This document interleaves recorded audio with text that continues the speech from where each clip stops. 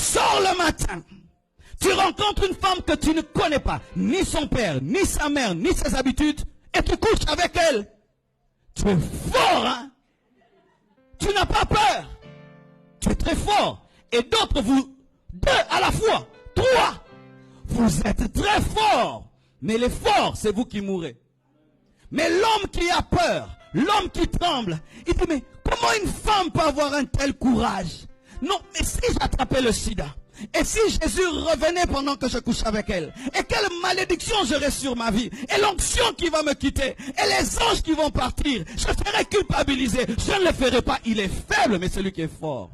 Vous tous qui êtes des forts, vous êtes des faibles. Et vous qui êtes faibles, vous êtes forts.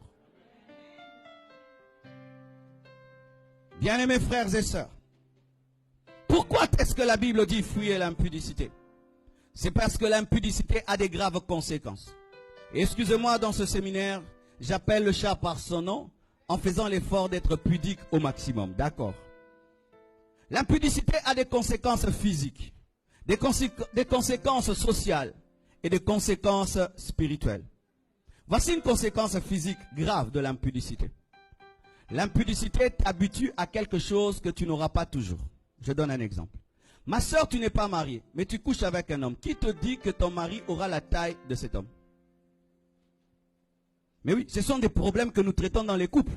Des fois, vous voyez, dans un couple, il y a des problèmes. Ce n'est pas qu'il ne mange pas, non. C'est un problème de taille. Mais une femme vierge s'adapte à tout homme. Mais quand maintenant, toi, tu commences à connaître des hommes avant de te marier, est-ce que tu connais quel genre d'homme Dieu te donnera? Et maintenant, cet homme, il est heureux de t'épouser. Et le jour du mariage, il ne ressent rien. Pourquoi? Tu as tout mangé avant. On appelle ça lingala otigele mukokoli. Tu connais le mukokoli?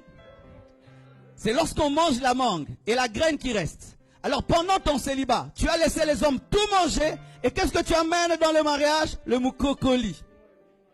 Le noyau. Tu amènes ça à ton mari. Et il trouve une femme qui a connu toutes sortes de formes d'hommes. Parce que je dois le dire. Parce que des fois, vous chassez des démons. Il n'y a pas de démons. C'est le corps qui est déjà détruit. Et là, il faut que Dieu restaure ton corps. Et il faudrait que l'homme qui va t'épouser soit patient. Parce que le corps de la femme, ça prend aussi le temps pour revenir à la normale. Ce sont des muscles. Je dois vous dire ça sincèrement. Et mon frère, toi qui goûtes aux femmes avant de te marier, qui te dit que ta femme aura la même capacité que toutes ces filles-là? Ce sera maintenant, tu couches avec ta femme et tu penses à d'autres femmes. Pourquoi? Ta femme ne te fait pas arriver à ce niveau-là. Et c'est une réalité. Aujourd'hui, il y a des divorces à cause des relations précoces. Un homme qui mange chez lui tous les jours et qui ne mange jamais chez la voisine ne compare rien. Mais un homme qui mange partout peut comparer le pondou, le riz de gauche et droite. Et lorsque, avant le mariage, tu couches à gauche et à droite, quand tu viens dans le mariage, cela a marqué ton cœur, que tu le veuilles ou pas. C'est un souvenir qui t'a marqué. Surtout, si dans le péché, le diable l'a bien fait. Si tu étais déçu quand tu l'as fait, celui qui viendra peut aider. Mais si dans le monde, ceux qui l'ont fait l'ont bien fait, et ton mari ou ta femme n'arrive pas à bien le faire, ou le fera, mais après 2 ans, quelle guerre tu auras dans tes pensées? C'était comment? Bien, par la foi. Mais oui, il y a des biens par la foi dans les mariages. Tu es en train de détruire ton corps. Et qui est en train de détruire ton corps? Un garçon qui ne couche pas qu'avec toi, avec Gisèle, avec tel, mais tu es en train de lui donner ta vie. Mais lui, il sort avec tout le monde. Un homme qui t'aime, te respecte. Et respecter, c'est patienter. Et tous ces hommes qui disent, si tu m'aimes, couche avec moi. Dis-lui, si tu m'aimes, attends encore. Si tu m'aimes, couche avec moi. Il faut dire, si tu m'aimes, attends encore. Mais si vous dites, je vais lui prouver que je l'aime en couchant avec lui. Surtout pour une femme, c'est toi qui perds plus que lui.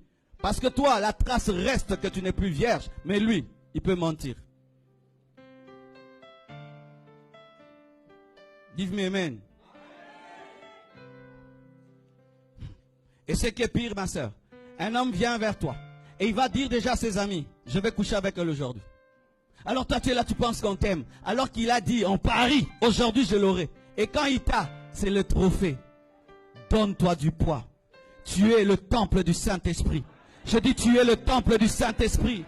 Tu n'es pas une prostituée. Tu dois patienter. Seul l'homme qui t'épouse te connaîtra et tu attendras seulement le jour du mariage pour connaître ta femme. Tout ce que vous faites avant détruit vos corps et vous marque et vous empêche d'être marqué.